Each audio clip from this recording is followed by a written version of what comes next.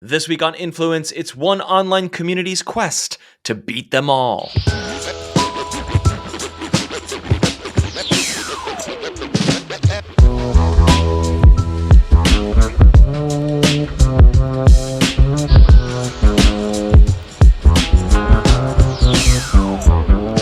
Well, hey there, friends, and happy New Year to you and yours. By the time you are hearing my voice, it is 2025, the year of our Lord 2025, AD, Annus Domini. And I hope that the holidays have been treating you well. I hope that you've been eating a lot of tasty foods and spending a lot of quality time with your families.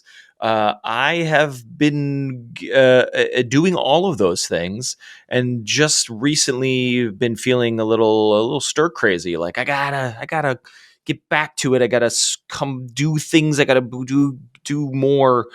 And my wonderful and talented and smart and beautiful wife reminded me that just hanging out with your family, with your kids, and spending extra time with them is not time wasted. Of course, not that I think that, of course, but that is work that is worth doing and time that is well spent. And I obviously agree with her. And it reminded me that I need to remind myself to just slow, doing nothing for a time, even an extended period of time, is good and okay. That is something I struggle with, and I suspect the ambitious and creative people in this listening audience struggles with that as well. So, by way of my wife, I say unto you, please enjoy this time. I hope you have taken some time off. Hey, my name is Matt Silverman. You probably know that already, but I do like to introduce myself at the top of every show. And as such, I am still offline for the most part. And this week, I am bringing you, I don't know, are we calling them encore episodes?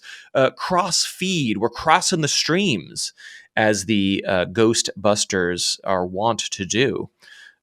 This is an episode from my other podcast, which I do with Colette Bennett, of Destructoid, Kotaku, CNN, and now Playboy fame. She has been writing about video games for a long time, and I've been playing video games for a long time. And we like to talk about video games every single week on a podcast called Colette and Matt Have Entered the Chat. And it's usually just us being the stupids on the old podcast feed. But occasionally we do bring on guests, and this was a program where we interviewed someone from an extraordinary online community that I'm eager to share with you right now.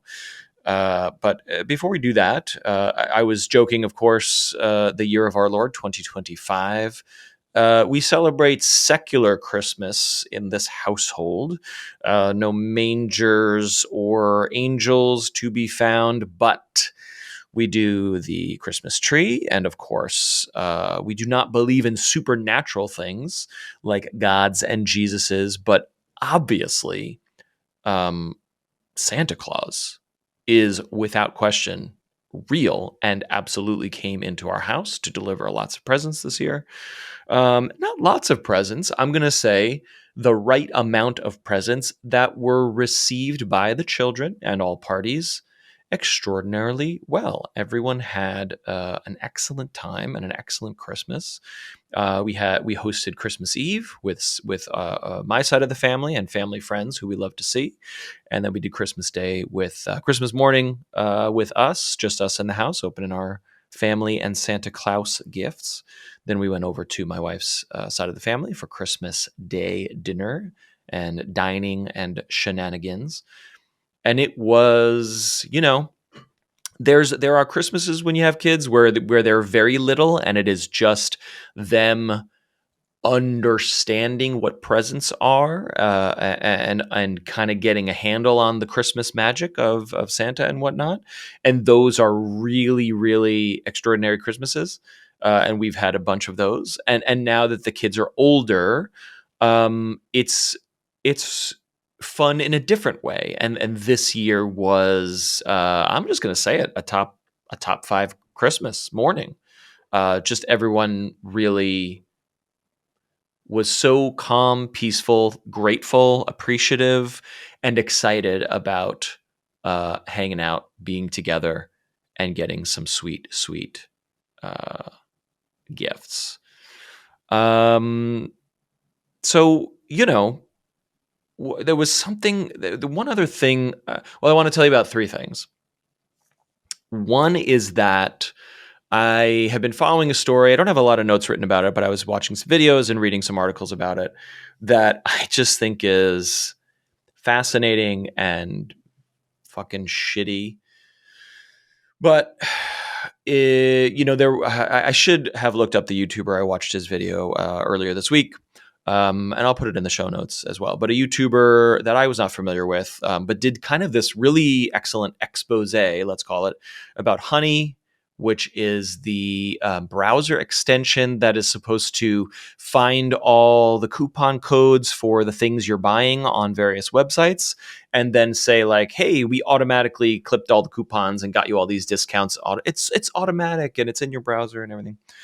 And this YouTuber did a wonderful breakdown and did a lot of his own sort of analysis of the codes and the cookies and the websites and the affiliate appendages on various URLs to unpack what's happening, which is that influencers, YouTubers especially, have been promoting Honey through brand partnerships for many years now, probably the last 3 to 5 years, right? I'm sure you've encountered it. Like, hey, this video, this episode is brought to you by Honey. Download the free extension and you'll save money. And when you make purchases with Honey, it helps the channel. They get a kickback, which is affiliate revenue, right? And this YouTuber dissected the code that goes into that. And, the short version in layman's terms, I suppose, I have a bit of experience with this affiliate marketing stuff, is that when you click a link from a YouTuber or a website that uses affiliate marketing and you go to Amazon, it appends a little code that's like, Amazon.com/product name/whatever. And then it does a bunch of strings. And in that string, it'll say Mr. Beast 20 or whatever. And that is the code that attributes your next purchase on Amazon or any other sites, whatever, back to the YouTuber who created the link, right? And so Mr. Beast or whomever would get, 1%, 3% of the purchase, of the profit, whatever. And Honey is supposed to append those codes and then funnel that back, apply the discount for the consumer, for you, and then provide a kickback back to the influencer who promoted Honey. And in theory, of course, it's like, hey, you, the viewer, you win, and the creator gets revenue, and Honey gets, more installs, and everybody wins, which, when everybody wins, usually somebody is going to lose because everyone can't win. Because winning is about winning is about beating someone else, right? So if everyone wins, then that's not winning, right? Right? Not in capitalism. So this YouTuber, who I will look up and link to and credit, did this, it was like a 20-minute little documentary that last I checked has like 11 million views on YouTube. It's really making the rounds, shall we say. And figured out that when you click on the links from Honey, the browser extension strips out the influencer creator's link and inserts like a PayPal link, which Honey is owned by PayPal. I want to say they were acquired, but maybe they were always owned by PayPal. I don't know. But PayPal, the mothership / Honey, is basically getting influencers to promote Honey with the promise of long tail affiliate revenue. But then when viewers actually utilize the app and the links, it is literally stripping out the attribution to the influencers and and attributing that revenue back to PayPal/Honey. In addition to, I'm sure, spying on the users and leaving cookies on all your browser. Like, all this shit is just data collection anyway. Oh, and then also showing that Honey is going out of its way to not find the coupons that you expect it to find. So like the promise of the app for the consumer is like, we're going to apply all the discount codes. And it is searching the web. I'm using air quotes for audio listeners who can't see me, and being like, oh, sorry, there were no coupons today, but you're definitely getting the best deal. Meanwhile, if you Google search or whatever for the coupons, you can find 5 other coupons or whatever. So, in conclusion, this YouTuber found that Honey is ripping off influencers by removing their affiliate links. It is probably spying on everyone, as every fucking app and browser and everything already does, of course, and also claiming to find discounts for consumers and then pretending that they don't exist so that they can, probably scrape more off the top.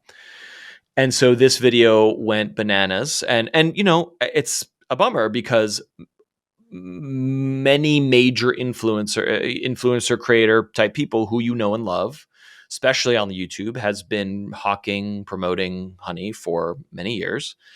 And clearly they are either got their payment or don't know about the scam or are not fully aware of it, and or not fully digging into the terms of service and are getting ripped off by Honey. And so this expose documentary video has gone crazy viral, and it's making the headlines, of course. And then I noticed today that another big YouTuber called Legal Eagle, which I wouldn't say I follow and subscribe to very closely, but he is a lawyer and works at a law firm.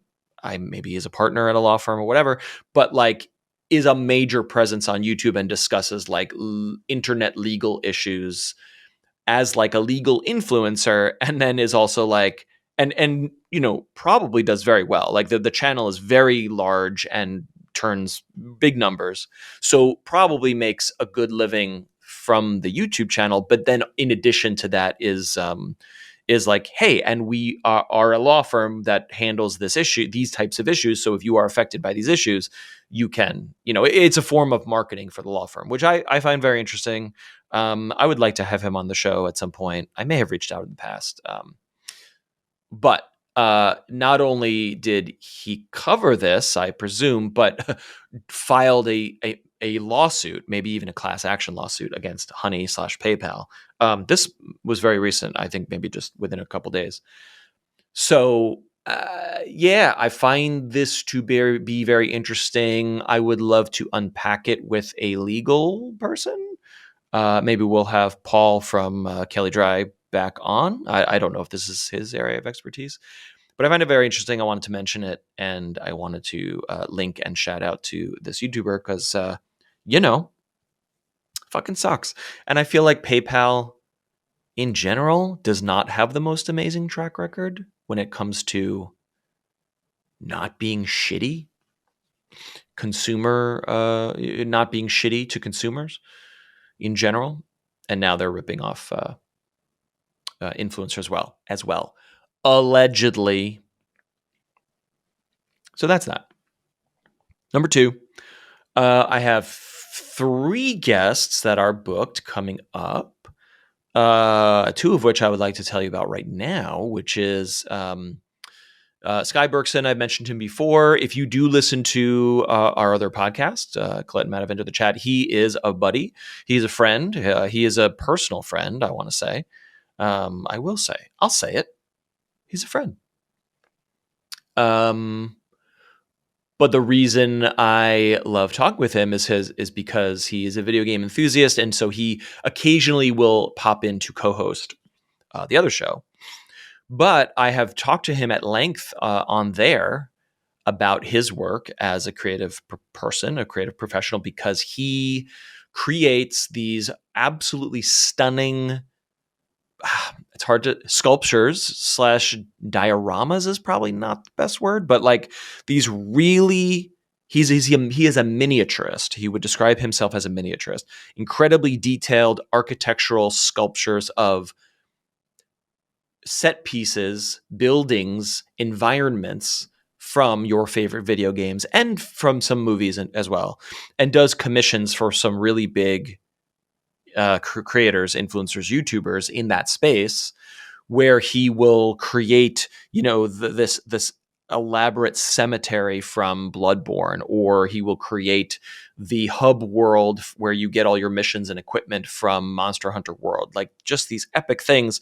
But then he'll take a picture of it, and it's like, oh, it's actually like it looks like a huge sculpture, but then you see it sort of in real life or with a hand next to it, or a banana for scale, and it's very small. It fits on a shelf, and most of it is made out of paper. And so he has been doing this for some time, and people in the fandom communities for the games and media that he does the work with just go absolutely crazy for this stuff. Like they cannot believe it, and they love his work so much. I love his work so much, and so I'm looking forward to having him on the program. That'll be next week, I want to say. I think that will hit your feeds next Wednesday. So that'll be my interview with Sky Berkson. You gotta check out his work, and if you have questions or interest in that, please get into the comments or the email address influencepod69@gmail.com, or hop into the Discord or the Patreon. If you're subscribed for free, you can leave comments there on the free posts. And so yeah, let me know if you have any questions for him. It's great because I don't have to do a lot of prep, because I know a lot about Sky's work, and we're just going to hang and talk about how he got into this and how he figured this out, and sort of the turning points in his online career. He hates the word influencer. He does not care for. He's not a fan of like being part of that world, but he absolutely, when he shares his work, there are thousands of people who just want more of it, and that's what he does. That's what he does for his job and his creative life. And so he's a creator, he's an influencer, whether he likes it or not. Deal with it. The other guest that's coming up that I think you'll really enjoy, that I'm really looking forward to, her name is Isabel Klee, and she is known on social medias, Instagram primarily, and I believe TikTok as well, as Simon Sits, because she fostered a dog named Simon from a shelter, and rehabilitated this pup, who is adorable, and chronicled the journey on social media, which really led to a lot of visibility for her. And then from there, I might be mixing up the sequence of events. I'm still kind of unpacking her timeline. But from there, she ended up fostering many other dogs, especially dogs who have been in abusive situations, or who have been in the shelter situation for a long time. And she has really devoted her life and work to rescuing and fostering the dogs, and then finding them wonderful homes and families to live with. And it's different from she doesn't adopt the dogs. She just adopts the one dog, Simon, that she currently has, but has used Instagram and TikTok and social media as a way to like tell the story of these dogs, and then because the minute she's so notable now that the minute she posts about these dogs and their recovery, mentally and physically, people are like, I want to adopt the dog. Where can I meet you? How do I adopt? Where do I go? She has basically become this really devoted like marketing arm for adoption, not for any brand or shelter, like just like she brings awareness to shelter animals, and then facilitates that somehow. And she's been on the Today Show. She has thousands of followers. People love her and love her dog. I believe she just inked a book deal, and she must do brand partnerships in addition to what I presume is mostly nonprofit work. So I have a lot of questions about how she actually makes a living. Is this all for full time, or is this sort of side work that she's very devoted to? It's beautiful stuff. And, we've covered dog influencers and pet influencers here many a time. But this is particularly altruistic, I suppose. And she seems lovely, and she was very agreed to be on the show and be a guest very readily. So really looking forward to chatting with her. That will be the following week. It will publish the following week. So if you have questions about dog fostering, dog adoption, I'm not a dog person. We are not a pet household, but things like, hey, if an animal has been in a shelter or been in a neglectful or abusive situation for months or years, like, how do you bring them back? How do you bring them back to a place where they can live safely and be nurtured, and I don't know, just be safe around other dogs and other kids? This seems very complex and very fraught, and requires a lot of patience and knowledge and training. So I'm eager to understand from her what advice she might have for just regular people who are not do not have the constitution to foster or commit, but who might want to adopt a dog that has had a troubled past. It's a noble thing to do, and I hope more people can do it. And maybe she has some advice or some places to go or look for that sort of thing. So questions, thoughts, interest in Isabel, please throw them in the comments, in the Discord, in the email, in the Patreon. Today, in addition to all these wonderful upcoming guests, I have a third guest booked, but I want to do a little bit more research on his journey because I think he's going to be a fun one. But I want to share him with you possibly next week. I'll give you a clue: a podcaster, a photographer. I was not aware of him, but he came in through the side door, and I'm looking forward to talking podcast shop there. In the meantime, let me tell you about a video game called Super Mario Maker. Now, here in New York, I've said this many times, when we have people whose name is Mario. We had a governor named Mario. When people who are named Mario in New York talk about their own name, they say Mario. But for some reason, when we talk about the Super variety, the Nintendo variety, we say Super Mario. We somehow adopt, I don't know, the Queen's English when we say Super Mario Brothers. So y'all are familiar with Super Mario Brothers, and I believe some of you are certainly familiar with this game. There are two games called Super Mario Maker, where you design your own Super Mario levels. And it's a wonderful game. It's very cool. The first one came out for the Wii U, which was not the most successful console, arguably one of the biggest flops in the game console and certainly in Nintendo's lineup of consoles. But it's a brilliant game where you place the blocks and the enemies and the trampolines and the saws and the fireballs, everything. You can make your own levels with incredible specificity, and you can make them fun and silly and musical and wacky, or you can make them hard as fuck. And then then you have to prove that they are beatable. You have to prove to the internet that they can be beaten. And then you upload them to the internet, and then hundreds / thousands / millions, if your levels are popular, of other players can play your levels. And it became this beautiful community of creativity and difficulty. It was, the two sides of the coin of like, look at all these amazing levels and look at all these creative levels people made, and it's so ingenious and wonderful. And then there was also like this sort of like hardcore speed running slash can we beat the hardest levels? Hey, this level can be beaten. It's been beaten at least once by the creator.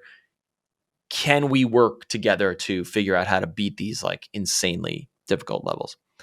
And I think it's very cool. They also came out with Super Mario Maker 2 for the Switch, which we own and love and played quite a bit of. And it's great. And then Nintendo has made a plan earlier this year to close down the online services for the Wii U because it's the Wii U. It's 15-ish, 16 years old now. The Switch came out in 2017, so that's creeping up on a decade old at this point. 8 years ish. This coming year. And so it's just time to wind down the servers. But what is interesting about Super Mario Maker is that when the servers go offline, that game ain't nothing to play. You can play your own levels, I guess, maybe. But the thousands, tens of thousands of levels that were on the internet would go bye-bye. They would disappear, which is an interesting and complicated thing when it comes to game preservation, which is something that the video game community is very invested in and very interested in. I am very interested in it. I am interested in preservation writ large, and because I love games, that is very interesting to me as well. And it's a unique thing where, hey, this cartridge, this disc has the data on it. So in 40 years, could we pull the data off and still play this game? Yes. But when the game exists as player created content on the internet, and then those servers shut off, that experience is no longer replicable in the same way. So today's episode comes from an interview that we did. We published this in May of 2024. But the story goes back to 2017, where it was a small collective of enthusiasts who played Super Mario Maker. They were trying to play and beat every single level created in this game by users. But when Nintendo announced that the servers would be shut off in April 2024, that small community, maybe 500 people, exploded into, I think they had like 15,000 people by the time we interviewed them in May.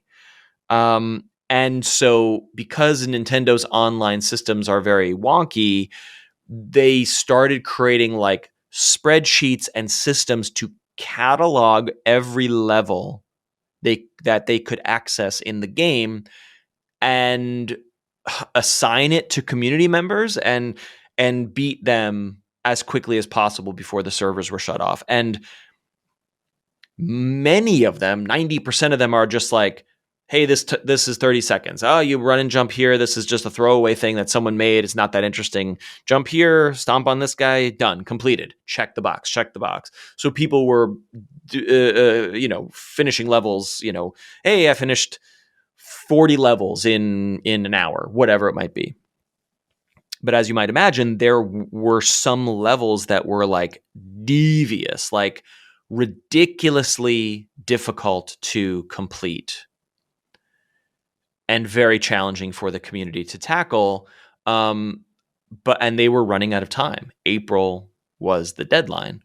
And I believe it came down to, I don't want to spoil the episode, but it came down to a handful of levels, some of which were only beaten by robots, like tool-assisted runs where, software was the only thing fast enough to jump and swing and glide and bounce in these really intense spaces in these crazy levels.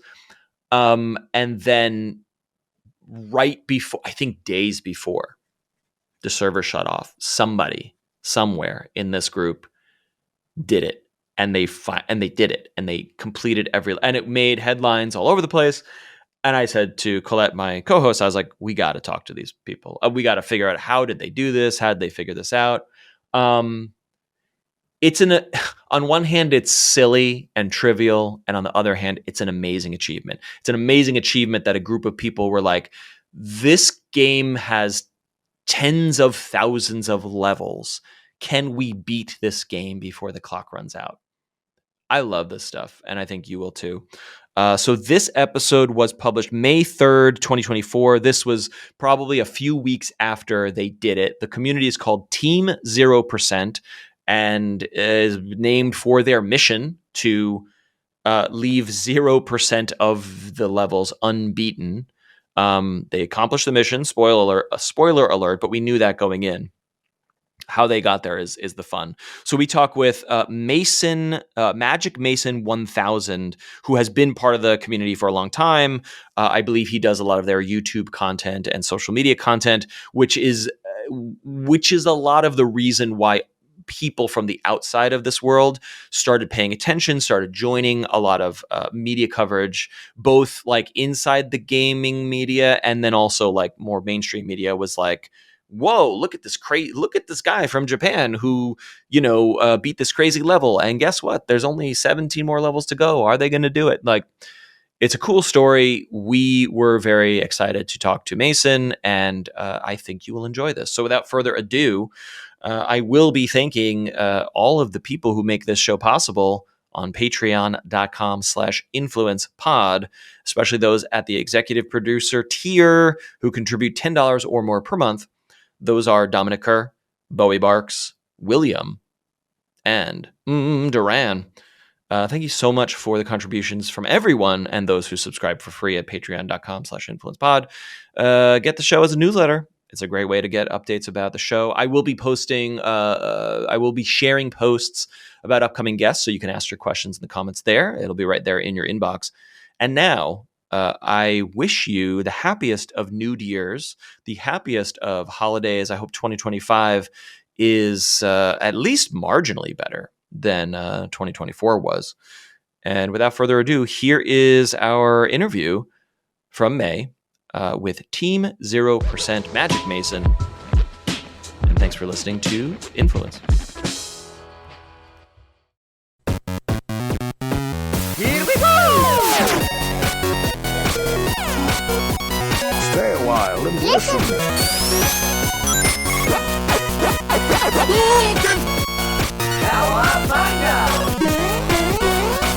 It's good!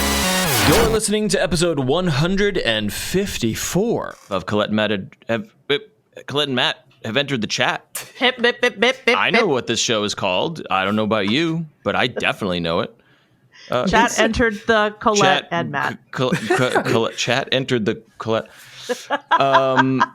It's a weekly conversation about video games and video game communities and emerging technology. But here's the thing. Last week, we were not here because my co-host, the one and only Colette Bennett, was off doing stuff. So welcome back, I guess. Thanks. As OG Retro Force fans would say, Colette's on a plane again. I was on planes so much when we recorded that podcast, like going to events and stuff, which, was a blast to be like, oh, I gotta go to E3, I gotta go to PAX, I gotta go to Tokyo Game Show. But it really fucked the podcast a little bit. So here's my real question. Were there snakes on the plane? There were no snacks on plane. Okay. All right. Fair enough. No, snack free. This may not be the venue to share what you're working on, but all I will ask is how is it going? And was your trip fruitful and all is well? All is really well. I went to Los Angeles for a week, and I am in a new role with a consulting group, which is exciting to me. I've been in news for close to 20 years, and I was super ready to get out. Super ready.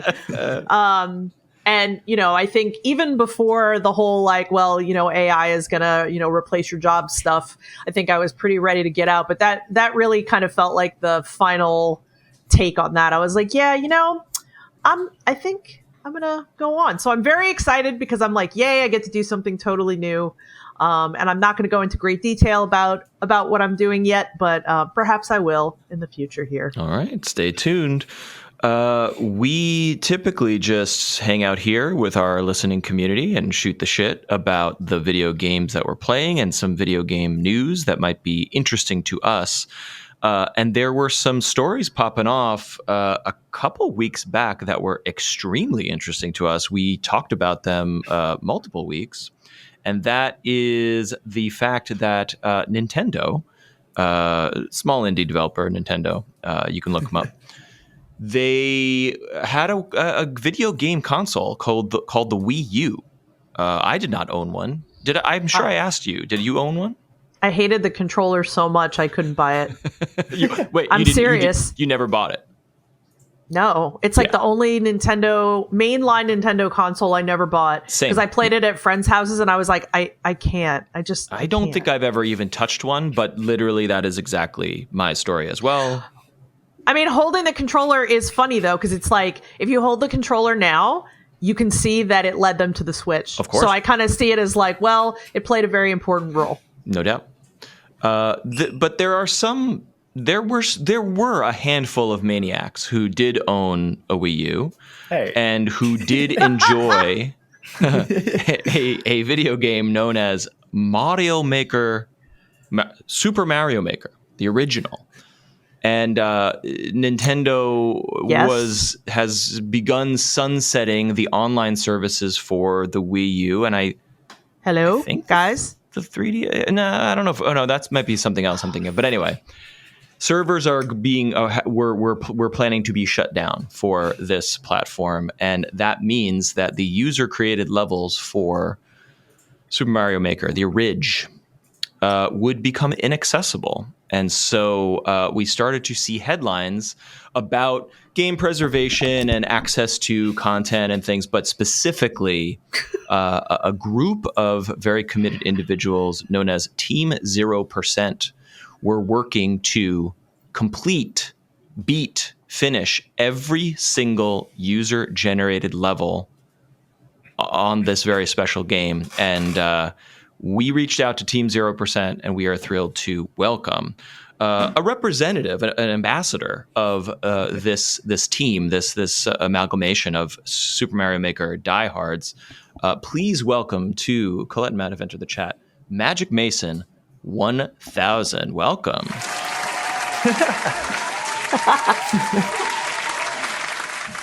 I love the sound effects. No, that's a live studio audience. We don't use sound effects here. My bad. We hired them. Welcome to the show. How are you? I'm all right. How are you?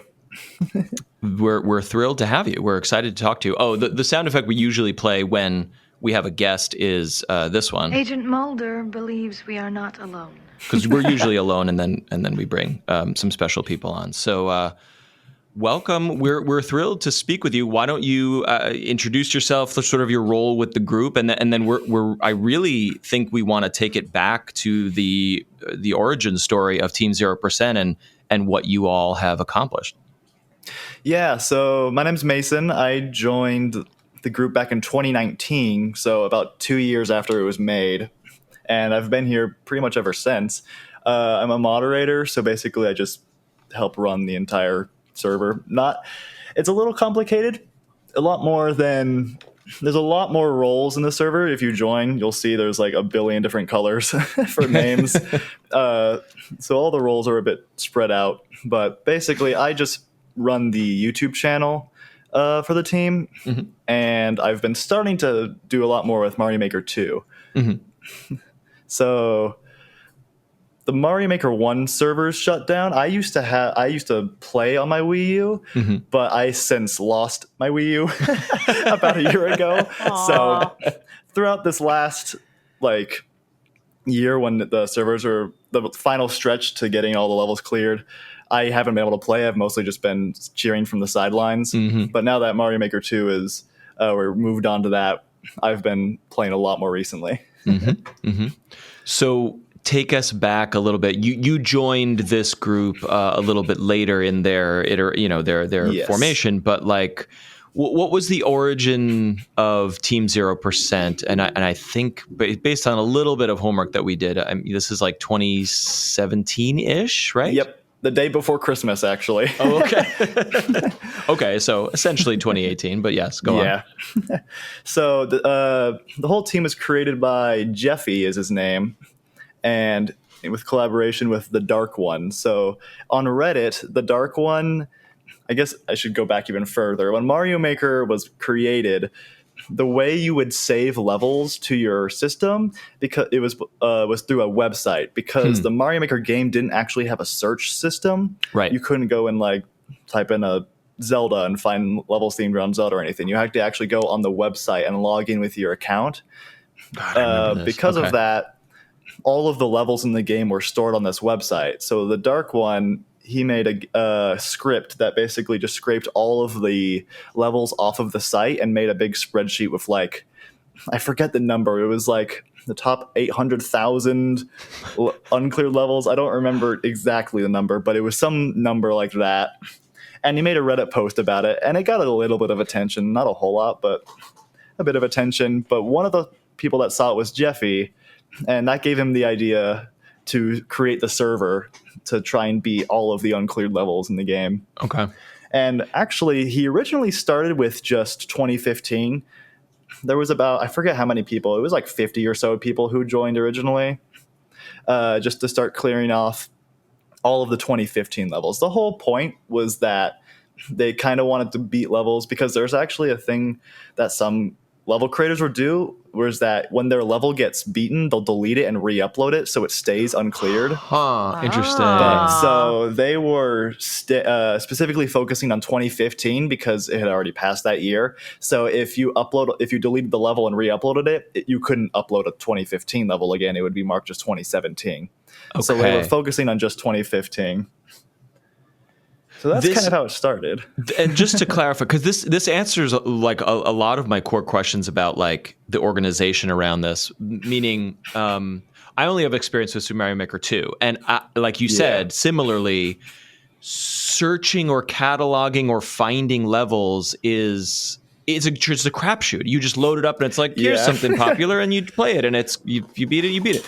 So like this website had the levels, but also the data of like, this was made at this time. This was made by this user, and it is either cleared or not cleared, and who it was cleared by. Because I didn't understand how you were even keeping track of this many levels, like within the game. Yeah, it gives you a sense. lot of information about the level. So it's the same in Mario Maker 2 as it is for Mario Maker 1, but a level, you would have a level page, and it would give you basically the thumbnail, which is like the image that it would give you, you would see it when you're scrolling past it. That it would give you the name. Mario Maker 2 added descriptions. That's something new to that game. But then in the bookmark site, that's what this website was called. I don't know if I mentioned that, but you could add tags to the levels. So like art or music. I know there's Mario Maker 2 tags now. Right, sure. But tags weren't actually in the game in Mario Maker 1. Just on the site. Yeah, it was just on the site. So you could search by those tags to find levels. And then there was also on the level page in-game, it showed you all the attempts. So there was something called footprints, which was next to like the stars. And that would tell you how many players have actually attempted or like played the level, the number of players themselves. And then the stars is just how many people actually liked the level.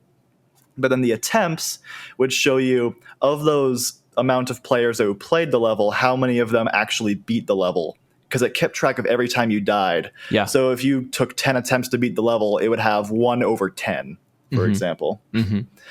So, and it would give you the clear rate percentage for it, which is if you had, I don't know, 4 clears and 100 attempts, it would give like a 0.04. I think I did my math right. But so that's where the name comes from, 0%. If you had 0 clears on level, it would be 0 over whatever. So all of those unclear levels were called 0% levels. Got it. Ah. So that's where we got the name from. I say we, but it was really Jeffy. So that and the bookmark site would have that info stored on it. So we could see which levels didn't have a clear on it. And also something that got added, I forget when, but it was sometime later. Honestly, it might have been actually, I can pull it up real quick. I have it right here. It was an update that Nintendo added. Update announcement. Here it is. I have a whole thing.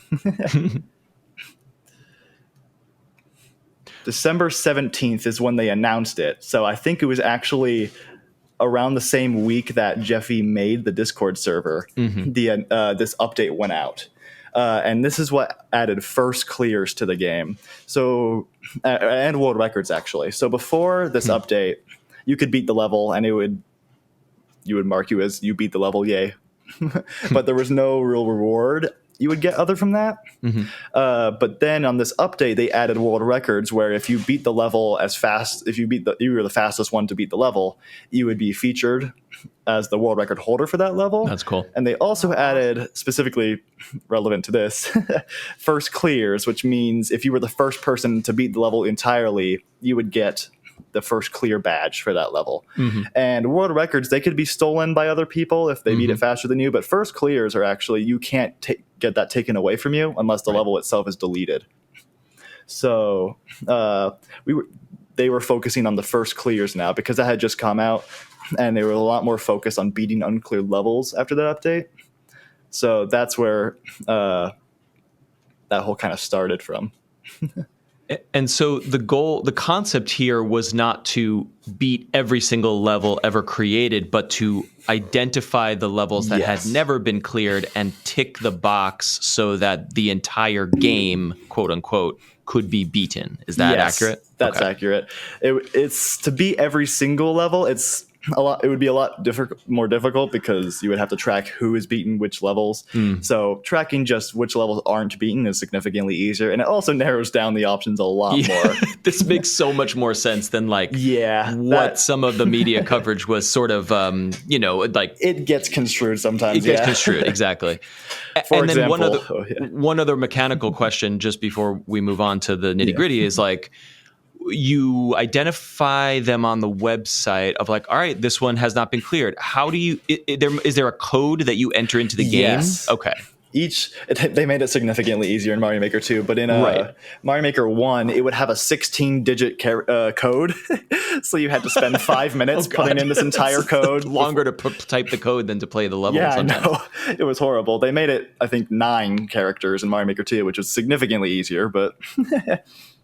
Yeah, every level has its own level ID, and you could type that in. That was basically the only way you could actually search for levels in the game. Okay. There wasn't any specific... You could put in filters for like the course world to find certain levels, but you couldn't actually find a specific level other than putting in its ID. So you would put in it would give you the ID on the bookmark site, and that's actually... For the unclear spreadsheet full of all those levels, he was the Dark One. He was pulling all of those level IDs and putting them in to that spreadsheet. So that's where you could go look through this giant spreadsheet of all these uncleared levels and see, oh, this one has a funny name. I'll play this one. So you put that one in to your Wii U, and it loaded up right there. Okay. So you could do that, or you could bookmark it on the actual site itself, and then it would show up on your Wii U if you were logged in. Yes, right. Okay. So either one of those. Okay. All right. This sets the stage. I'm hogging the mic, Colette. I don't know if you have any additional questions here. I mean, I feel like my questions are they're a little bit of like dummy questions because I have been aware of these games, but I've never played them. So like, I'm sure there are people who haven't either who would be listening. Yeah, so. No, for sure. I mean, like, I guess my very first like thought is like, what made this who was like, yeah, we're gonna beat like what was it? It was an enormous amount of levels, like 15,000 or something. No, that's wrong, isn't it? 13,000. I don't remember what the original number was, but yeah, there was something the internet around there. tells me, which of course, the internet is not always to be trusted. But according to an Ars Technica article that I read, it said that the original, decision to do this was that there were 13,000 uncleared 2015 levels, and that Team 0% beat that in 8 months, which literally blows my mind. Yeah. That's just crazy and amazing and awe-inspiring to me. But I guess, and then a couple of the other articles I saw, they kind of dug deep into specific levels. Obviously there was a lot of coverage around trimming the herbs, which for those of you who are not familiar with that, that was a specific Super Mario World kind of styled level that I'm watching it and it makes me feel like I'm going to have an anxiety attack. So I can't, the skill level that you guys must have had to cultivate. Did the people that jumped into this, would you say you saw a lot of super skilled players right at the get-go? Or do you think a lot of people got better and better the more they played and it made them able to take on levels like this infamous trimming the herbs? Definitely getting better over time. I think I have gotten significantly better. I actually used to stream a lot of Mario Maker a couple years ago, just playing for fun, viewer levels and stuff. Mm-hmm. But the more uncleared levels I play, there's a lot more just tricks you need to learn, because most people, if you play a level, it'll give you a level in an endless run, which is basically it'll give you just a bunch of random levels and you keep beating them until you lose your lives. Right. If there's something that you don't understand, you'll usually just skip the level so you don't lose as many lives trying to figure it out. So a lot of levels that are uncleared actually have a lot of really technical tricks and glitches that you need to figure out how to do. Mm-hmm. So, and there's also a lot of Kaizo levels and speedruns. Kaizo and speedruns are some of the two most prevalent ones I've seen, especially in the new Super Mario Bros. U style for speedruns. Okay. Tons of just fast, no time to think, constantly going levels where you're just doing tricks left and right. Is that what Kaizo means? Is Kaizo, there's no time to consider? In some cases, Kaizo is a term I forget. I think it's the name of a guy who started the whole genre of level. Okay. But there are ROM hacks of Super Mario World where they turn the game into a really difficult just game in general. It has a bunch of different levels that are just hard to beat, and you got to do things like spring drops, and you have to jump on springs in midair, throw shells at a wall and bounce off them, called shell jumps. There's a lot of tricks you have to do, and they're called Kaizo tricks. Okay. So it's speedrun versus Kaizo. It's complicated how you kind of determine those. But yeah, Kaizo is the term for really hard levels. Trimming the herbs, I would say, is a Kaizo level because of all the frame perfect tricks you have to do. Mm-hmm. Okay, I see. Yeah, the video is absolutely crazy. I mean, I can imagine that when you guys first started, obviously, it was probably more okay, there's a bunch of levels that were, maybe never played or maybe not that good or whatever. But when you guys cut it down, I mean, I can't begin to imagine how challenging this must have been. That I notice. A lot of people I'll see occasionally come in and they're like, I'd really like to start playing levels, but all these levels look so difficult. I don't know if I'd be able to do it. And I'm like, we all say oh no, 50% of all the levels on the spreadsheet are just really easy levels you can beat in a few attempts. Right. It's just because no one has ever played them before, because there's so many levels out there. That there's just a lot of easy levels you can find as long as you just look through, and some of them too, as long as you have the level viewer, it shouldn't be that bad. So yeah, the ones you see online are usually the really difficult levels that people clear because no one really wants to watch the easy levels. They're kind of boring, but they're still there, they're not interesting. Right. Yeah, for sure. No, I mean, that makes a lot of sense. Still fun to clear.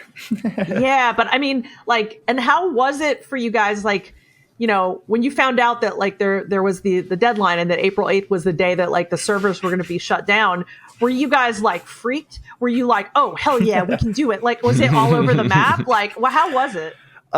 Personally, I think that if the announcement to shut down didn't happen, we wouldn't have done it, honestly, this early. Right, okay. Because it made I think there was some coverage. Like there were YouTubers like DGR who had made videos with us before. That's actually how I joined back in 2019. I saw one of his videos. I'm like, oh, that looks cool. Oh. So I joined. But it was getting a little bit of coverage from some viewers or for some YouTubers, but not a whole lot. But once the announcement that the servers were going to shut down in April went out, suddenly it was like, oh, we gotta get this done. If this is gonna happen, it has to happen right now. And the team mobilized. Yeah. I love that. I And love that. it seems like it's about scale too. It's like when more people became aware of it, and then the deadline, you have more hands in the pie, more players to tick the levels off, and perhaps players with different types of skills. So it's like, hey, I'm going to focus on these easy ones, and you're going to focus on the Kaizo, and this one's impossible, so we got to give it to Jeffy or whoever. You know what I mean? Like, Yeah. You're divvying it up like that? Is that how it went down? Kinda. We have categories, which we've always had these, but basically we have.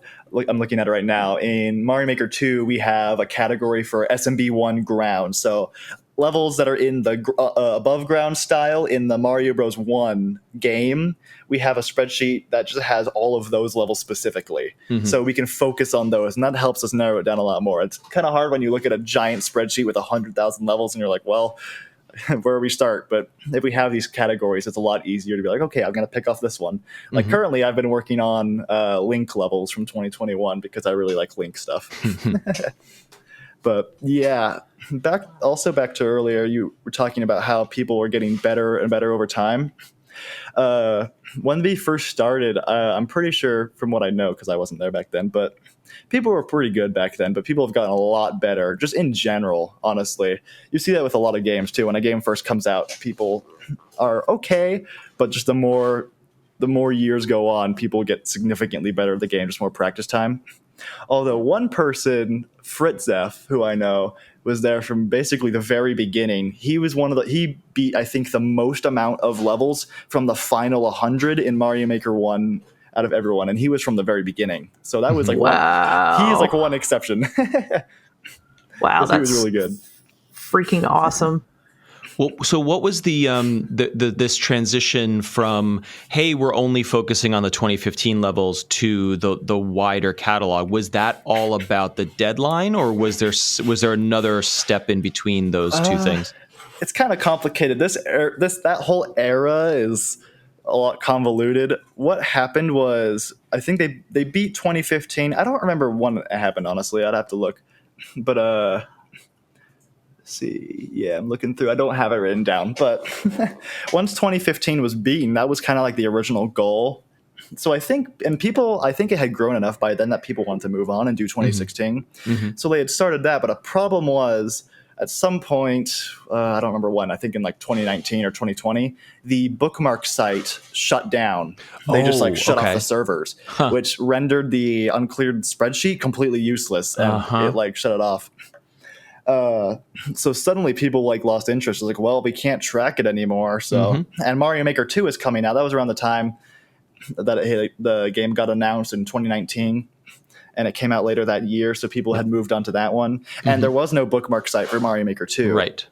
So we couldn't automate the levels for that. So it was kind of a difficult time there trying to figure out okay, well, can we continue with Mario Maker 1 or do we move on to Mario Maker 2?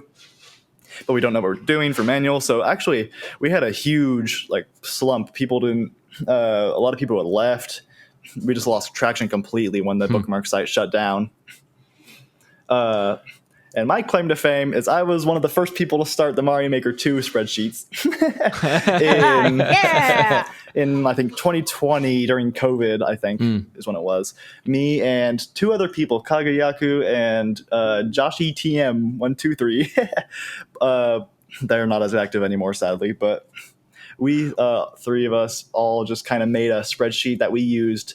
We just went into the course world on Mario Maker 2, put in some filters to try and get us the harder levels, and we found ones that were uncleared and put them in a spreadsheet manually. But I have questions about that too.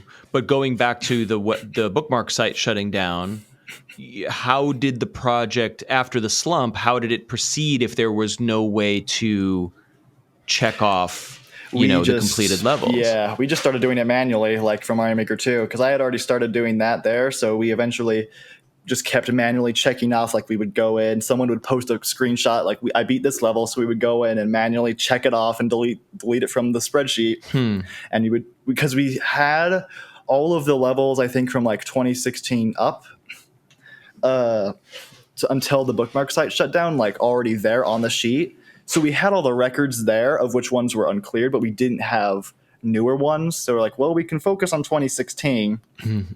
But it was really slow. There was only like 5 or so people honestly working on Mario Maker 1 during that time. So aren't there still people making new levels at that time if the servers are on? Yes, that was the problem. The bookmark site had shut down, but uploading was still a thing. Right. So we didn't know any of them, any levels after that point. We had no idea if which levels were uncleared or not. So it was just kind of like we know before, but the future is uncertain. So then what was the motivator? You know, was it Nintendo making the announcement that brought people back to the project, or did it rekindle sooner than that? It was actually sooner. We got the Great Rambler. He came in and he made an API. He basically reverse engineered the Switch to scrape the Nintendo servers using a Switch through a hacked Switch, and we got all of the levels from that. And wait, this is for for Mario Maker 1 or 2? Both. He did it for. We got a Switch for that and a Wii U for that. So okay. It started on Mario Maker 2 because that was like kind of a new game. But eventually, as it got close, I think it was before the service shut down, but we were getting more traction at the time because we finally had actually an automated sheet we could check off levels without having to go in and search up the code. Like, okay, did we beat this? Okay, that's good. This is the missing information from so much of the media coverage, which, you know, I'm not shitting on any of the coverage, but like, I could not understand how you were accounting for the clears. Yeah. And now this is like, wow, so much dedication. I love it. Yeah, the Great Rambler, he has his whole API and we basically, it's all kind of done now. We have, I think, up to 2022 for Mario Maker 2, all in a database full of levels. So we don't even have to really call the API and call Nintendo servers anymore. We can just go off of what our database says. And that's a lot thanks to the Krypton. I think that's how you pronounce his name. I've never actually said it out loud now I think about it. But he's made a whole lot of improvements to the bot. It's like the 3 main people for basically kicking the server back into action was the Great Rambler, the Krypton, and PyGuy10. PyGuy10 made the first bot where we could actually submit a command in the server that was like, okay, we cleared this level, and it would go in and mark it off for you. The Great Rambler, he made the API. So everyone in the community can see it happening in real time in the Discord? So like, if you go in, you just do !clear, then the level ID, and the bot goes into the servers and actually checks who it was who beat the level, and it gives you a point for clearing that level. Nice. So like it'll tie it to your account in Mario Maker 2 and Mario Maker 1. I'm in Mario Maker 2 10s right now because that's what the project's on right now. But it will tie it to your Nintendo account and give you a point for that. So like if someone else beat a level, you could still run the clear command and it would give the point to that person who beat it instead of you, which is really nice. Amazing. Okay. So the accounting is back online. People are back in and interested again, but the deadline is not announced. Yeah. So what happens next? I got there was a site called makerteams.net, and this used to be really active. It's kind of gone away now. I think the site runner has kind of moved on to other projects. But makerteams.net had a big list full of just different discords. There's one of the biggest ones is Team Shell, and there's also Team Jamp, who's not as big but still pretty big, and Team Precision. Those are kind of like the top 3, I'd say. And they've got a bunch of people dedicated to they make levels around a specific mechanic. Like Team Shell is all about shell jumps and shell kaizo tricks. Oh wow. Team Jamp, I don't know. I think Team Jamp is relatively new. Okay, that's outdated. Relatively new. It's been years, but okay. Centered all around platforming. Okay, so platforming levels. That's what Team Jamp is. Team Precision is like really tight jumps between spikes and stuff. So they have all their different style formats dedicated to making levels around that.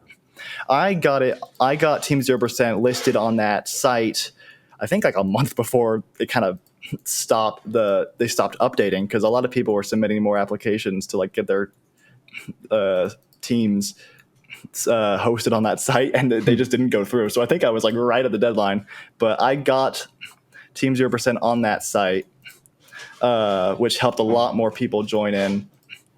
So then we were on maker teams, and we had the running API and bot working. So it was looking pretty good. Around this time, we had, I think, about 2,000 people had joined, because we weren't still getting that much coverage outside of the Mario Maker community. It was really like, oh yeah, maybe a streamer mentioned us here. Like, oh yeah, well, I've seen them. Mm-hmm. But we weren't getting that much coverage until that announcement went out, and we started doing a lot more streamers started coming in, because eventually people were realizing like, hey, they might actually do this. Because since the announcement of that shutdown, I think we were at like 2,000 people, and we're now at 15,700. Wow. That's awesome. We've gotten significantly more since then.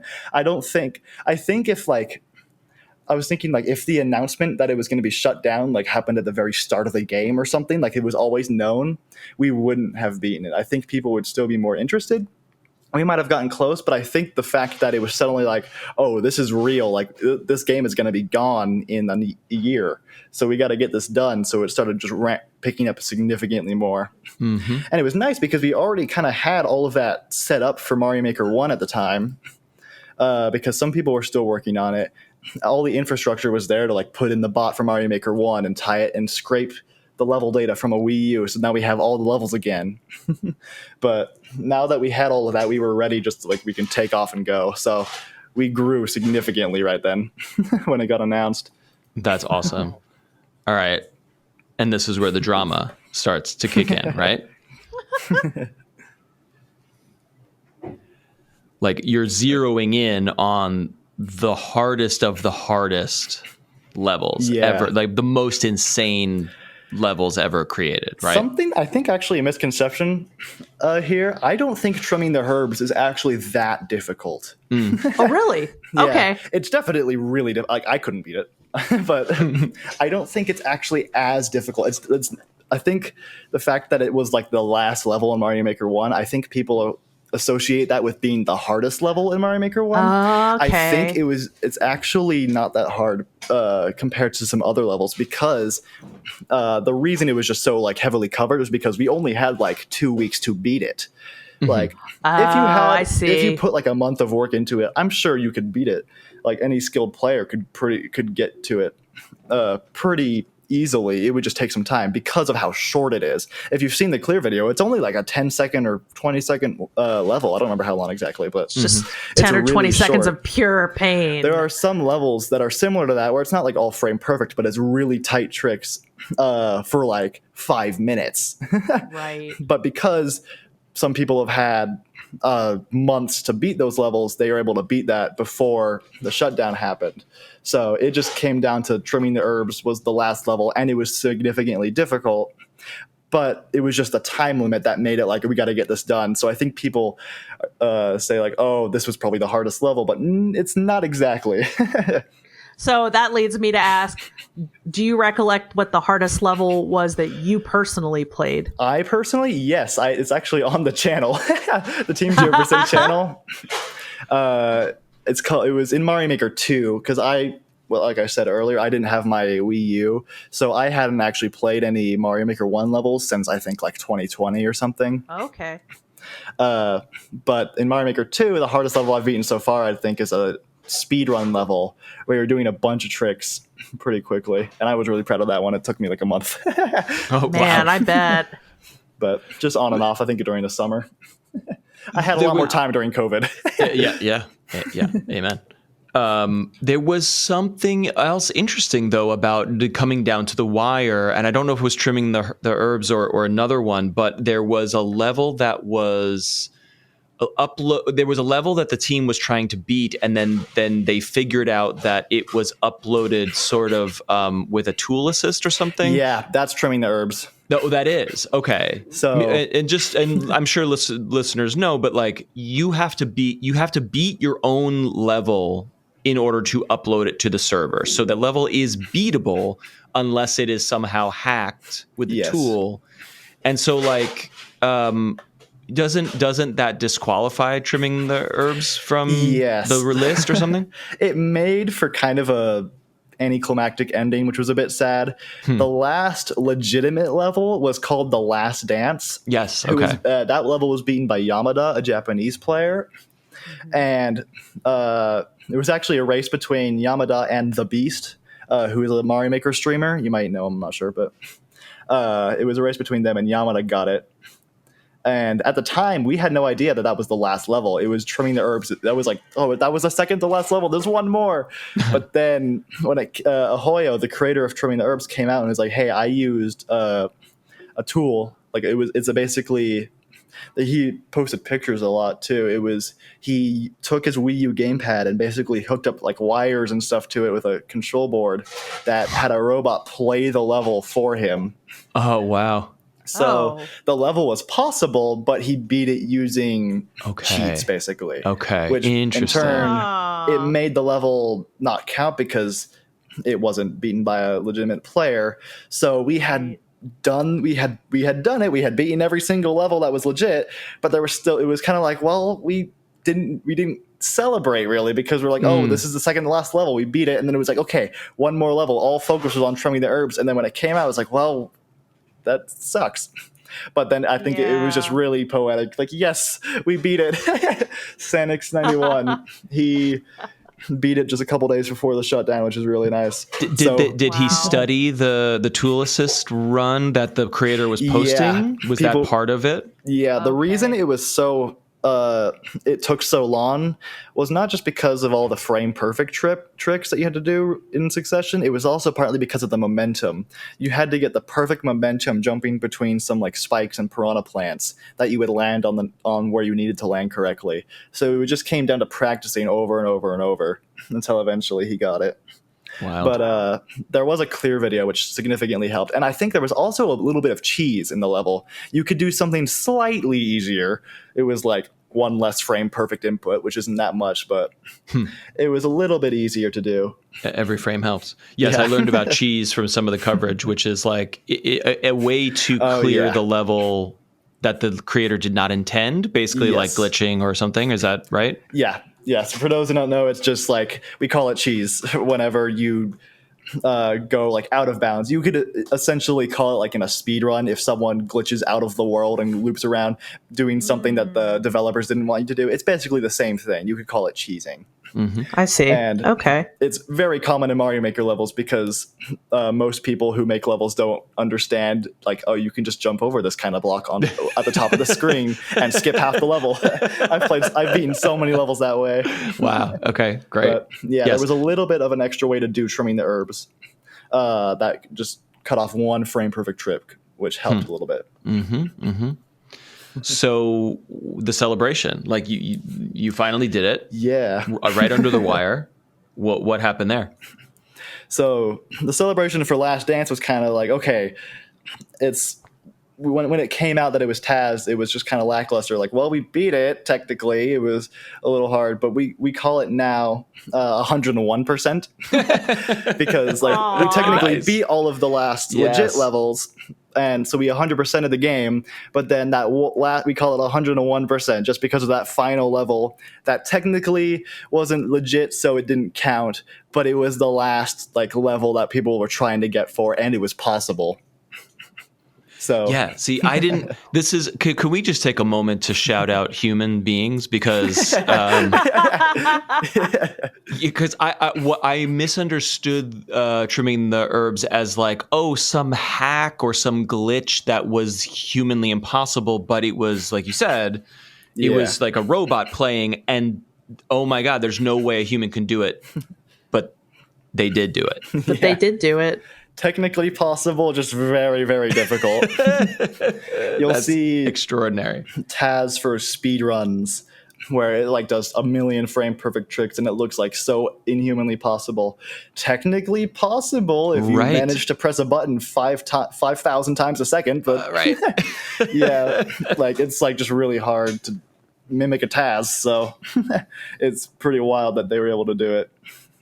So celebration, everyone's high-fiving, all this great media coverage, tons of influx to the community. And now it sounds like you have been in parallel working on Mario Maker 2, but Yeah. now the focus is fully there. And like, we're all still uploading levels to Mario Maker. Like, how do you keep... What is the end game? Is it just ticking them off until the servers go down one day in the future? That's kind of what we assume. It happened to Mario Maker 1, so we assume that it'll happen to Mario Maker 2 as well. But Yeah.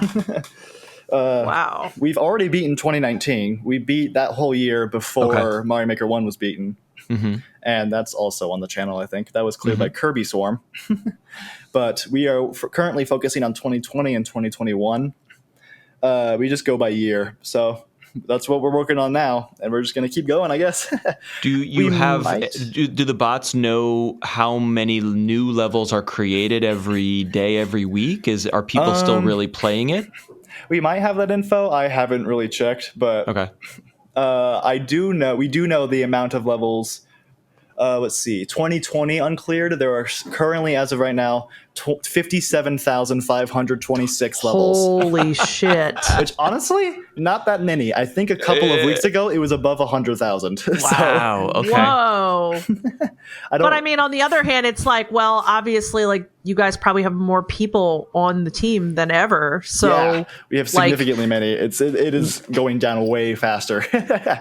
Wow. Oh, this God, is that's funny. cool. I'm looking at it now.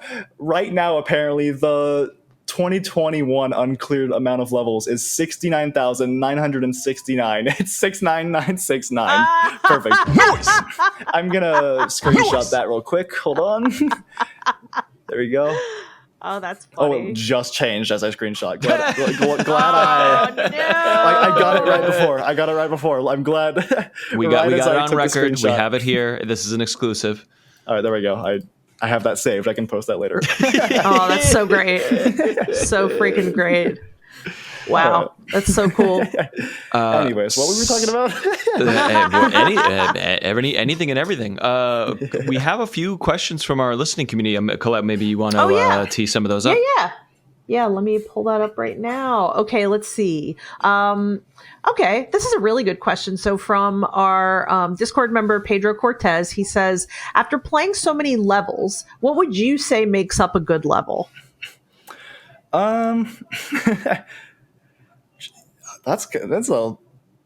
It's a complicated question because right? There are many different levels types out there. So yeah, for a Kaizo level, I would personally say I really like indicators. So like it would have like a highlighted section, like right here is where you need to do this trick. So kind of if you can kind of read it, if you can sight read the level is what it's called. So you can play it with while you're the first time you're playing the level. If you're able to kind of follow along, I think having indicators makes for a good level for a Kaizo or a speedrun. But there's a lot of different levels, like a puzzle level. Troll level specifically. Troll levels are one of I actually really enjoy good, well-made troll levels, but it's very easy to make a not well-made troll level. And we find lots of them in the unclear list because no one wants to play a troll level, so they skip it immediately. Right, and then we have to slog through it. Right. I just played one. A player named Canon Shun and I hopefully I'm pronouncing his name right. I'm realizing that I've never really said any of these names out loud. But Canon Shun and we recently just looked through this troll level I was playing that had 2 checkpoints, but I could not figure out the end whatsoever. And it was because it required a glitch where you like clip through like some ground to get to a lower section of the level, which was completely hard to figure. Like we had to just test so many different things to figure out how to get to the end. And I'm pretty sure that's how you were supposed to do it. I honestly was going to ask, really know. that was intended by the creator, or as far as we know? it was, but it was hard to tell because I couldn't find any other option. So I assumed it's what was supposed to happen. But yeah, it was just the rest of the level was honestly not that bad. But the whole part of troll levels. No, go ahead. I have another question, Yeah. but I The whole want part to know more. of troll levels is that when it trolls you, you need to know what you did wrong and how you can avoid it next time. And it's supposed to. And that's what makes it funny. It's like, oh, that thing just killed me, but I know what I'm going to do next time. What separates a good troll level from a bad troll level, I would say, is you die and you have no idea what happened. Like, okay, now what do I need to change? And so you're just kind of throwing stuff at the wall, not knowing what's going to stick until finally you get to the end. So that's what we see a lot. Troll levels that get that right, I think, really help it make a good level. But that's the beauty of Super Mario Brothers in general, especially when Nintendo makes the levels, is like they're so beautifully designed that even when they're challenging, you're like, I know what I have to do. Yep. Even though I'm bad at this, I still understand. And there is we've talked about this on the show. There is no worse feeling in video games than sucking and not knowing why you're sucking at a thing. Exactly. Yep. That's part of that's basically anytime someone would ask for feedback on their level, I would say, okay, if I don't know what I'm doing, that's bad. True. Even if you have to walk me through true. step by step, that will still help it grow and make the player less frustrated, which in turn makes it more fun. Something you said made me wonder about, besides trimming the herbs, were the creators of certain levels watching you play their levels, and then they were reaching out to you being like, hey, this is mine, and let me help you, or let me show you? Occasionally, yes, Okay. actually. Ahoyo was the creator of Trimming the Herbs, and he saw all the coverage, so that's why he came out and admitted, Well, yeah, that he's a one with all Taz. the coverage, I wonder if there was any serendipitous, like people watching streams and being like, oh, that's mine. Did that ever happen? I've also seen some comments on like some of the videos where they're like, wow, to think that crappy level I made when I was 6 years old, someone played that level and beat it. Because if you made a level and uploaded it at any point in Mario Maker 1, there was a really good chance that it got beaten at some point by one of us or someone just out there. Yep. It's kind of hard because there were also a lot of levels that got deleted due to glitches and just people taking them down themselves. But all the ones that were still up have been cleared. Oh, I read or watched something about that Nintendo had deleted a variety of levels when they felt that they were hacked or glitched or something, or tool assisted or something, right? So you can submit. They actually don't permit glitches. I think there's a whole thing about Nintendo. They always patch their glitches, and it is a huge blow to speedruns throughout multiple games. But in Mario Maker, they usually patch glitches. What we call they can either patch a glitch globally or locally. If they patch a glitch locally, every level from that date will have that glitch patched. A global patch, every level before that date will be patched with that glitch. And what happens sometimes is when they globally patch something, or if they change a mechanic in the game, it can make a level that used that glitch or mechanic impossible because suddenly you can't do it anymore. And that's actually a situation we have of 2 levels in Mario Maker from 2019. Where Nintendo changed a mechanic with P-switches with this certain power-up called the Super Ball power-up. And it used to be able to activate, or I don't remember. It used to bounce when you would throw a Super Ball, it would bounce off the side of a P-switch. But now when it hits the side of a P-switch, it activates it. That's that changes everything for certain levels. Yeah. So there's these 2 levels. There's one level that requires you to run across a just coin. Like when you hit a P-switch, it turns all the coins into bricks, and you run across it before the time goes out. But because now it hits it on the side, it starts just a little bit earlier, which doesn't give you enough time to get all the way across. And we've actually tried it with a Taz. We haven't actually gone to beat it with the Taz, but just to check if it was possible, we used the Taz to see offline. And it's not possible at all to beat the level because of that mechanic change. So these are 2 levels you just had to write off as we can't. can't account for these. We've been reporting them to Nintendo like, hey, there's these 2 levels. You changed this mechanic and now they're impossible because no one's beaten them. So there's 2 levels that still haven't been deleted. We found them months ago, but these 2 levels are still impossible, and we've been working on it. But Nintendo still hasn't deleted those. They usually delete levels of glitches that they have like kind of marked down, I guess, because there used to be a glitch where you could check which character you were using. Something that they added to Mario Maker 2 that wasn't in Mario Maker 1 was you could play as Mario, Luigi, Toad, or Toadette. And nothing was supposed to be different between the 4 characters, but on accident, there was something that changed where if you had a fireball power-up and you shot a fireball, the height that the fireball was like released was slightly different depending on your character. And people figured that out and made a setup that would check which character you were using. And they would make it so like you can only beat this level if you're playing as Toad, for example.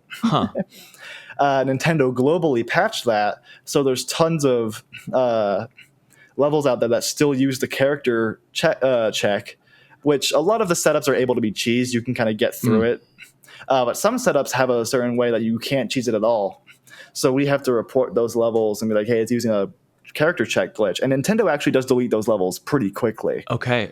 So they sounds like they're on top of Mario Maker 2 still. It's just those 2 levels. I guess because it's not really a glitch, so it looks possible. If you looked at the levels, you'd be like, "Oh, I can beat that." But then when you actually start playing it, you realize, "Oh, something's weird here." That's so I think really Nintendo just checks for like, "Oh, is it using the setup that we have like on our records?" And if it does, then we can delete it because they remove glitched and hacked levels really quickly. But those 2 levels are still there. Interesting, very interesting. It's crazy to think about like these whole teams at Nintendo like working on, maintaining old games like regularly today. Like I'm like, that's kind of a cool job. Yeah, it's interesting because there's not many games that Nintendo really operates with anymore at all. Like Mario Maker 2 that's not really the only one I can really think of. Splatoon was another one where they had like events going on. I'd have to think more about other games, but there's not that many that you can count them on one hand. This is why servers go shut down, is because they don't want to. It's not worth the money to staff the moderation or whatever. I fully understand it, but I'm still sad. Yes, yeah. I guess we have. I think we have more questions from Discord, right? Yeah. Go ahead. Oh, yeah. Let's see. So how have any speedrun techniques from other 2D Mario games affected how you approach finishing hard levels? That's if at all, I guess I should say. Yeah, the mechanics. It doesn't. If you think about it, it would seem like the mechanics in Mario Maker 1 or Mario 1 would transfer over to Mario Maker, but they actually really updated the physics for all of these games, so it's a lot more smooth. Right. And tons of glitches have been patched out, so there's really not a whole lot from the original games that helps us in Mario Maker just 1 and 2. There was, I guess, Kaizo tricks transfer over, but that's like a ROM hack, so like spring drops and stuff. But yeah, there's not actually a whole lot that would transfer from the original games that I can think of, at least. Yeah, that's really interesting. Yeah. And then he had one more question. Gameplay-wise, how much difference is there between each of the styles, and which of the art styles is easiest? So in Mario Maker 1, you had Mario 1, Mario 3, Mario World, and New Super Mario Bros. U. You had those 4 styles, and then in Mario Maker 2, it added 3D World. So it differs a lot. In Mario 1, you can't pick up anything, and the power-ups are really limited. You only have like a fire flower, and is that it, honestly? It might honestly be I can't think of it now, but you can't... In Mario Maker 1, you couldn't crouch as in Mario 1 style. Really? But in Mario World and Mario U, you could crouch. That's weird. You can crouch in Super Mario Brothers NES, right? Yes, of course you can. if you have like a big power up, yes, but as sorry, I should have clarified that. If you're like the regular Mario, you can't Got crouch. it. In Mario Okay. Maker 2, you can. They added it, but in the original Mario Maker, you couldn't crouch as a normal. Okay, so that does parody the original game. I didn't realize they added that like small Mario crouching in. I think they added it partially That's because they added slopes to Mario Maker 2. Oh, sure. So you can kind of slide down slopes like with the ice and snow theme. Mm-hmm. So crouching helps you slide a bit more. I think that's the reason they added it. But yeah, they try and I think they, for most part, it's pretty faithful to the originals, aside from like just making it modern so it plays easier. And the question about which one is the easiest, honestly, it depends on the player. Personally, I would say I'm the best at Mario U and Mario 1 styles. But other people are like Jeffy, for example. He's really good at Mario 3 cape levels, specifically like Tanuki suit levels. That's one of his favorite ones. And I suck at those, so it just depends on the player. The player and what they click with, which is pretty cool, actually. Let's see. There's one more. How big of a quest to 100% the game was it at the start? When the upload stopped in 2021, and how did that clear rate evolve over time? I think you've explained this a little bit already. Yeah. The clear rate, it was honestly... Once we had like the uploads shut off, it gave us a lot more motivation because we're like, okay, we actually have a finite number now, and we can see, like we can watch the number tick down. It's kind of like, well, we're clearing stuff, but we don't really know where we're going. It's kind of where we're at with Mario Maker 2, but the hype's still kind of there. But yeah, once the upload stopped, it's like, okay, we know where we're at now, so we can focus on this. So a lot of people, that's when people started picking up a lot more. Yeah, the treadmill. The treadmill stops and you can gain ground. Exponential, honestly. It seems like it's been wild because I think when I joined, we only had like 500 people, I'd say. Yeah, and now 15,000. Yeah, or more. Watching the growth. I've been here for years now. 5 years. It's crazy. Quick shout out to QPA for that question. Thank you. Oh my gosh, thank you. I zoned right past that. No, all good. Oh my gosh. I think we're coming up on time here, but I guess we'll ask you what you're working on now in terms of the YouTube content and streaming, and obviously it's Mario Maker 2.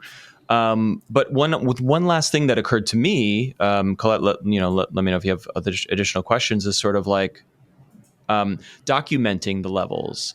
Obviously, you're not going to create YouTube videos for 50,000 levels, 800,000 levels. And many of those levels are like, boop, 10 seconds, jump over the thing, it's done, moving on, check the box. But like from a preservation point of view, all of these levels are gone forever unless a streamer or your team has captured video of it. Actually, go on. Yes, we have every level stored in a server called Pretendo. Oh yes, that's right. It isn't. They're not directly related to us, but they are a group who, for a lot of different games, like I think like Splatoon, basically any Wii U and 3DS game that shut down the servers. They tried to like preserve as much as they could. Okay. And Mario Maker, I'm pretty sure they preserved. I would have to look and check. I'm pretty sure they got every level stored in these servers. And now they have a method you can use if you have a Wii U. There's tutorials online on how to do it, but all you have to do is just change a little bit of your internet settings, and you can just re-access all of Mario Maker now. And upload levels and play old levels. It's all there. It used to be you used to have to homebrew your Wii U, but now you can just completely access it just from changing a few internet settings, which is really cool. This is amazing. But then my next question is like, okay, scraping data from Nintendo servers and storing it once they have closed it, like this must be violating TOSs. And like, are we worried about Nintendo's lawyers coming out around this kind of stuff? What does that look like? I'm not really sure. I'm not too involved in that. I would assume they have some sort of precaution around that, but I don't know too much about it. I would assume Nintendo wouldn't like it, but so far nothing has happened. So Okay. I have a feeling they might have bigger fish to fry. honestly, yeah, I they hope shut so. down the servers for a reason. So like, well, someone else is keeping the servers. I guess it's Right. another reason for people to buy their game. So Yeah, Right. it really is. It really is. We actually talked about this a little bit when Pal World came out, and we were like, that they're clearly not going after Pal World, which doesn't really make sense. You would think that they would, but like they then not long thought they after they did. went hard after somebody else, didn't they? I thought they did go after Pal World for a while. Matt, do you recollect that? I don't. But I mean, I think could be wrong. You know what? Because it's a different. It's a couple different things. Pal World is like, this is very heavily inspired by, but not quite ripping off Pokemon. There's a fair use inspired by legal framework that I'm sure lawyers did the calculus and were like, you know what, this is not worth it. But hacking hardware or setting up ROM sites to pirate, their intellectual property, even if it's not accessible anymore. They definitely have. They do come gone for that. after That's what those I people. thought. So that's why I think that is, if Pretendo is pulling down this data that Nintendo has said, this is no longer accessible, this game is over, and people are still storing that. I don't know. I hope that it's fine, but it makes me curious. Makes me wonder. I looked it up because I was interested. The last thing I see is like an article in January. It's that the Pokemon company said, we intend to investigate. So I don't know what that would turn into. It's been a few months now and nothing has really come out, but Yes. that's what their statement was, I guess, on it. And yeah, when you brought up the ROMs and stuff, that does make me curious because they definitely don't like emulation. So Right. I don't know how much they would like Pretendo. It's not the exact same situation, but No. it's definitely it's definitely a bunch of similarities. So Yeah. I don't know. We'll keep an eye on that. Yeah, hopefully it's all right. So before we get out of here, where can people find you? Where can people join up with Team 0%? If that's like a YouTube channel or a Discord server, and what's going on these days? What is the group working on that we should know about? So we're just been working on Mario Maker 2 because Mario Maker is done, so, the original. So we're working on just clearing on 2020 and 2021 right now. Anyone can join. And like I said earlier, 50% of all the levels in these spreadsheets are really easy. So if you're like, oh, I'd like to join, but I don't have that much skill, you can start off with these real easy levels, and you, like I said, you will grow and grow. I was not good at Mario Maker whatsoever, but now I've been beating some pretty hard levels lately that I'm proud of. So Wow, that's so cool. I love that. Well, we can definitely, I hope our listeners will hear that and be like, hey, if you decide you're in the mood to give it a shot, yeah, I know doors are open. You don't even have to stay for long. You could even just join and cheer us on. You see what's going on. Aw. Honestly, If you don't have Mario Maker, we accept everyone. Come on in. Aw. For the layperson though, okay, I hop in the Discord server, and walk me through the steps. We love Mario Maker 2. We haven't played in a while, but like if I could tick off 5 levels and help the cause, that would be cool. It would be fun to be part of a big thing. So like, what do I do? Yeah, so first off, I don't actually know. The Discord link is kind of convoluted. To actually get here is a little hard. But if you go to our YouTube channel, we'll put it in. We'll you put the link it YouTube and the somewhere? Discord link in the show notes, Cool, so I that can we don't have to send that read to it, you. but we'll link to it so listeners can get in there. Perfect. So if you join that Discord and you come in, it'll ask you a few questions. I'm pretty sure it'll give you like, here's the questions. It'll be, which Mario Maker game are you interested in? So you can click on some boxes. Do you want to be notified for this? What kind of levels are you interested in? It gives you like a whole intro thing where you can just like select the kind of stuff you want to be focused on. That way, when you get in, it gives you specifically the channels that are relevant to you. Mm-hmm. And you can also, it should take you straight to our general channel, which basically is just a place to talk. And we have focus groups. We have one at the very bottom for Mario Maker 1, which is now done, so that's kind of archived. But then we have a bunch of headers. We have one for 2020 focus groups, another one for 2021 focus groups. And we also have one for creators. So there's a bunch of different focus groups that you can find. And you can find a focus group that you want specifically. Like there's one here, SMB1 Ground, I was talking about earlier. It'll give you levels from the Mario 1 game in the ground style. So if you want to focus on that, you can go into that channel. And in the pinned messages is usually a link straight to that spreadsheet that'll show you all of the levels in that style. And you can always ask questions in the general channel if you need. And so I go to the spreadsheet, I grab the code, I put the code into Mario Maker 2, and it's like, this level's never been beaten. I play it and I beat it. Do I need to log that, or will the bot automatically knows when it's completed? You can log it yourself. You don't have to, because we have a scrape that goes through every day or two that'll pick it up in case you forget, or if you don't want to bother logging it. But people like to go and log it yourself. So you can go into that channel you were just in, type !clear, and then paste the level code, send that, and the bot will pick it up and go and check it for you. And it'll give you a point.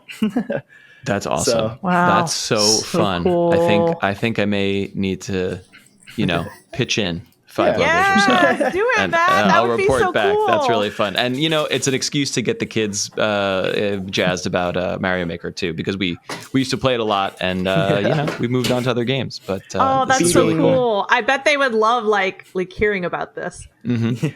For sure. Even if you just beat one level, it'll help. Right. Cheer us on, beat one level, beat 1,000 levels, anything. You heard it here. Magic Mason 1000. Thank you so much for joining us and walking us through this amazing endeavor. It's really cool. We're very thrilled to have you here. Yeah. I'm currently, I guess I could also say, we got the YouTube channel working on right now. The Team 0% on YouTube. We were going to be making some more stuff. For those who are listening, I have my own channel where I make stuff. So I've been working on, I'm also a professional video editor. So I am working on making like a whole documentary style thing for the whole history, kind of all the stuff I've talked about. Amazing. If you've seen Summoning Salt, it's going to be kind of in that style. There's also another, I will shout out real quick if I can. Henry ST on YouTube made a documentary Summoning Salt style video about the last 100 levels in Mario Maker 1, and it dives into some of the hardest ones in that list, which is really cool. I watched that one, and it's a great video. So yeah, this is so cool. All right, well, we're going to link to the Discord. We're going to link to Team 0% YouTube, and we'll link to that video too. Send it to us so we can include it. And then when when the official documentary comes out, please get back in touch, and we'll watch it. We'll talk about it here. We'll share it with our community, because it's just, I don't know. This is a cool thing. We love talking about this stuff and sounds hearing good. about Thank you so much. All right, friends. Thank you so much for listening. As you heard, our Discord is popping. We don't have 15,000 people, but we've got the cool people. All right. So if you're a listener, a longtime listener, or a brand new listener, come on in. We're sharing the memes. We're sharing the games that we're playing. We're talking about upcoming episodes of the show and such. So hop on in there. Our Discord is linked in the show notes of every single episode. And we hope you enjoyed listening. Colette, this is it. Final thoughts. I always tee you up. You always do, and I'm always like, So, yeah, I'm gonna go eat dinner after this. That was great. Woo! We'll catch you next week. Bye, everyone. Bye.